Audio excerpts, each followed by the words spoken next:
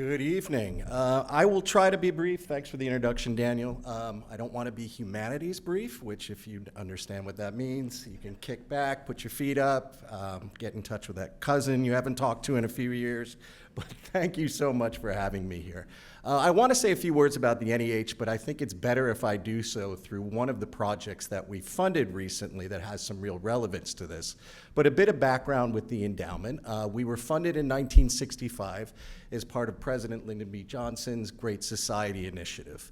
Alongside our sister agency, the National Endowment for the Arts, we were created in some ways to stand against what was felt at the time an anti-democratic, scientific, technologically centered society.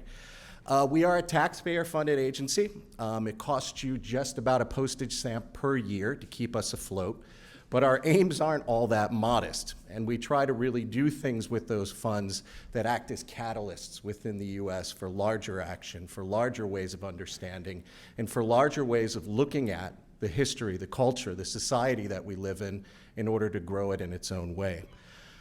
We fund everything at the NEH, as was noted here, from documentary films to digital games, fellowships and research, preservation efforts, museum exhibits, educational initiatives, all sorts of stuff that falls under our purview in whatever that definition of the humanities is that we push at that point. We are chaired at this point by Shelley Lowe, who is the endowment's first Native American chair. She belongs to the Navajo Nation in Ganada, Arizona, and her goals through the NEH over the course of her tenure have really been to discuss and surface what's taking place in both Native American history now, as well as what's taken place in the past. In fact, we embarked recently on with the Department of the Interior on a big initiative to catalog, preserve, and interpret the history of Native American boarding schools.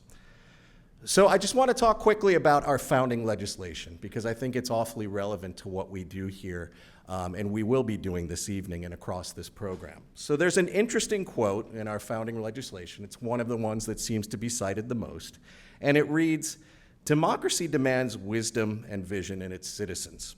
It must therefore foster and support a form of education and access to the arts and humanities designed to make people of all backgrounds and wherever located masters of their technology and not unthinking servants."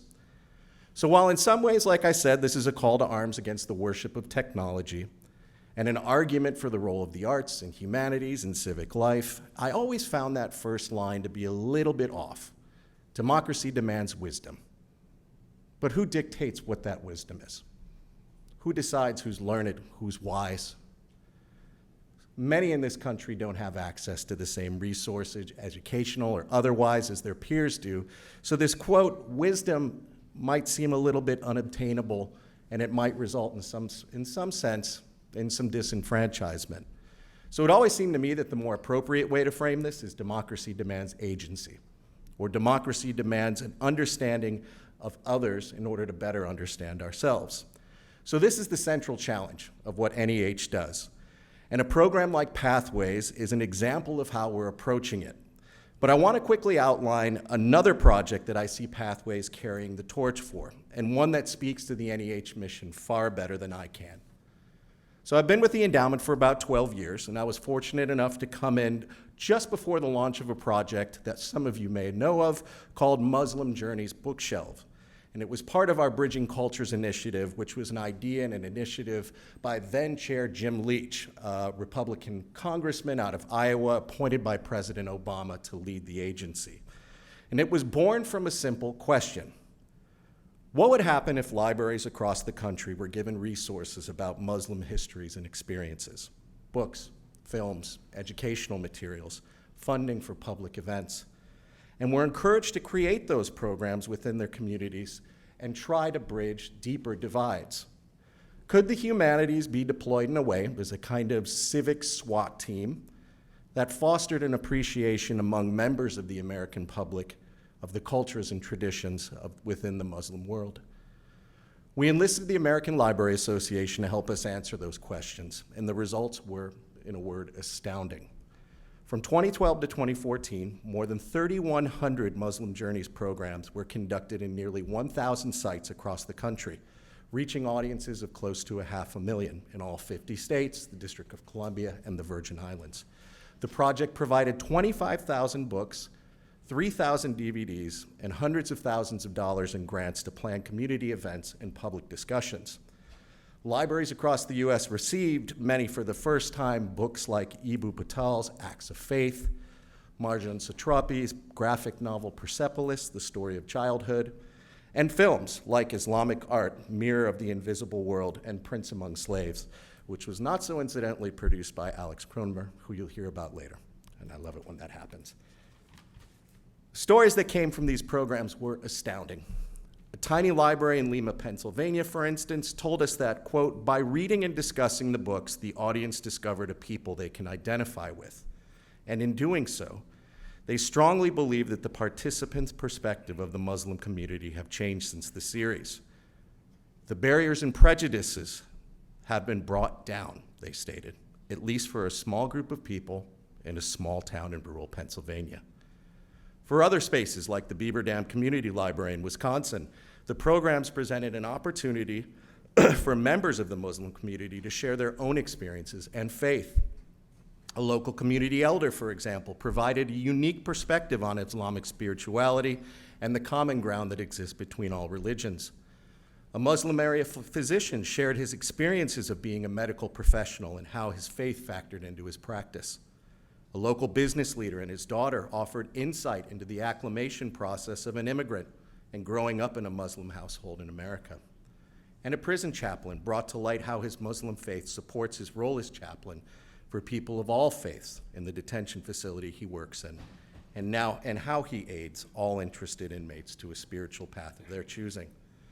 And some of my favorite anecdotes, because in some ways they're the simplest, come from a library in Greenwood, South Carolina.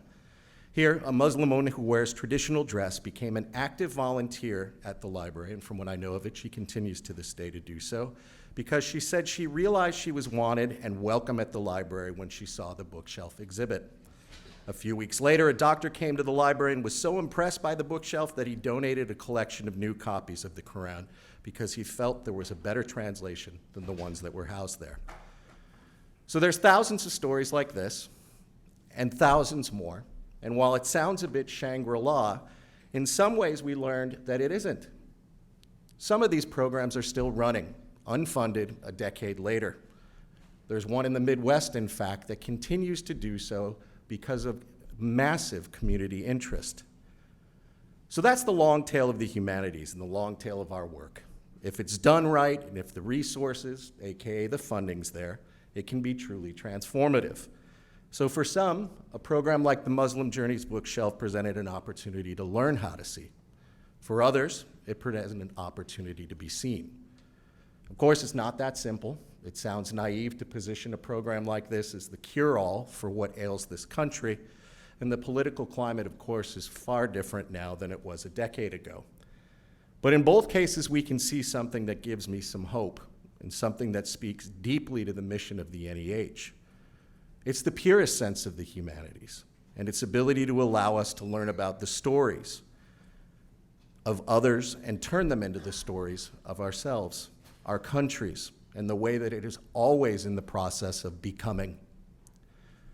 So we're proud to see the Pathways Project carry on such an invaluable role for all involved, especially since the NEH is only ever a reflection of the projects that we fund. Reviewers felt the same, by the way, and they noted that this project had the same potential as Muslim Journeys Bookshelf to be transformative in the communities that host it. So from all of us at the Endowment to everyone who's involved in the Pathways Project, thank you for carrying that torch. Again, we are quite honored and grateful to contribute in some part to this story. Thank you.